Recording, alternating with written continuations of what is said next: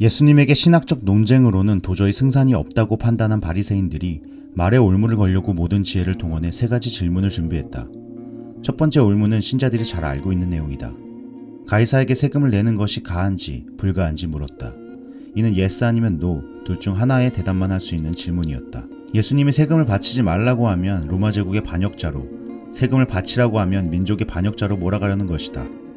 전자의 대답을 했을 경우에 헤롯 당원들로 주님을 현행범으로 곧바로 체포하려는 계획이었다. 당시 로마는 유대인이 아닌 이두메인 헤롯을 유대 지역의 행정을 담당하는 왕으로 세웠는데, 여기서 헤롯 당이란 그 가문과 추종하는 파벌을 말한다. 또한 당시 로마의 식민 정책은 세금을 꼬박꼬박 내고 제국의 반역을 도모하지 않는 이상 식민지의 자치제와 종교적 자유를 허용했다. 따라서 세금 납부를 거역하는 것은 로마가 가장 민감하고도 엄중하게 다스리는 반역죄에 해당되었고, 예수님을 곧바로 죽음으로 내몰 수 있는 올무가 된다. 예수님은 기발하게도 가이사의 것은 가이사에게, 하나님의 것은 하나님에게 바치라고 했다.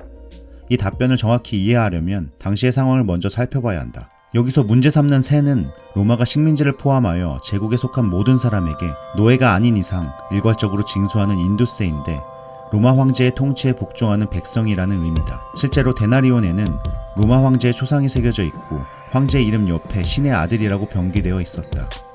따라서 가이사에게 세금을 바치는 것은 그 소속 신분은 물론 삶의 전반을 로마 황제의 절대적 주권에 맡긴다는 뜻도 된다. 또한 모든 유대 남자 성인들은 모세 율법에 따라 예루살렘 성전에 로마의 인두세와 같은 의미의 성전 3개를 바쳐야 했다. 그런데 이런 이중과세는 당시 경제적으로 궁핍했던 히브리인들에게 큰 부담이 되었으므로 로마 제국의 압제에서 해방시켜줄 정치적인 메시아를 더욱 대망하게 되는 요소로 작용했다.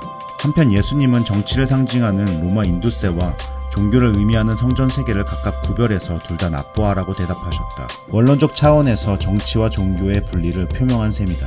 만약에 예수님이 반쪽 답변으로 그쳤다면 유대인들이 벌떼처럼 덤벼들었을 것이다. 하나님의 것은 하나님에게 바치라는 나머지 반쪽 답변이 그들로 완전히 침묵해 있다. 가이사에게 납세하는 것보다 더 중요한 일은 하나님의 것을 온전히 하나님에게 바치는 것인데, 너희가 이런 부분에서 제대로 행했는지 따진 것이다. 예수님이 말하는 바치라가 단순히 준다는 뜻이 아니다.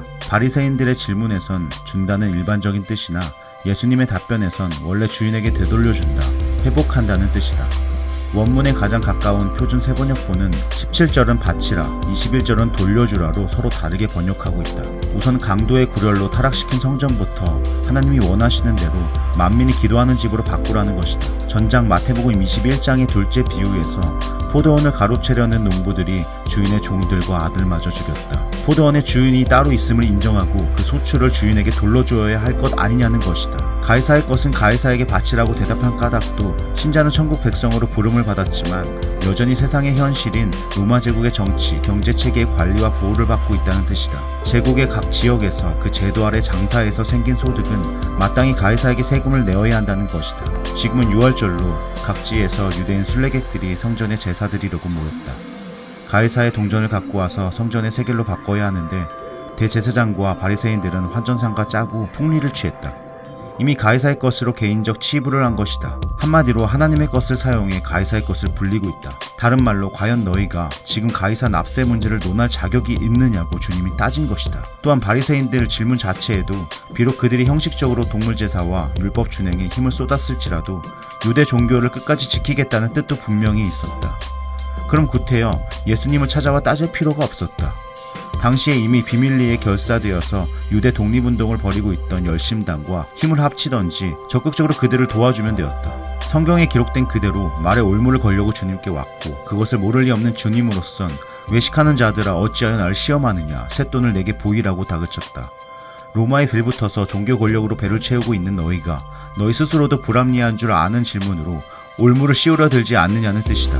한마디로 나를 너희 종교 권력의 경쟁자로서 시기 질투하는 짓거리를 그만두라는 것이다. 로마 황제에게 세금을 바치는 것이 로마 황제가 세상을 통치하고 있다는 사실을 인정하는 것이다.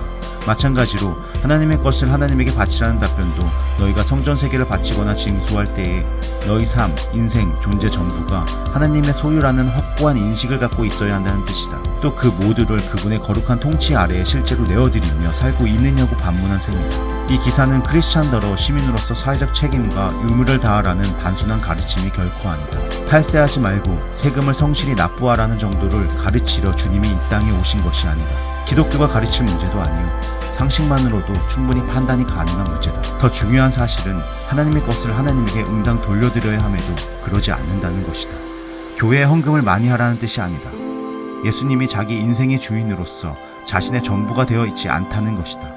예수님이 당신의 전부와 바꾸어서 새롭고도 풍성한 생명을 주셨지만 십자가의 은혜와 진리에 합당하게 생각하고 말하고 행동하지 않는다는 것이다. 그 은혜를 잊을 만큼의 중요한 나 자신이, 나의 것이, 나의 생각이 아직 내 안에 존재한다는 것이다.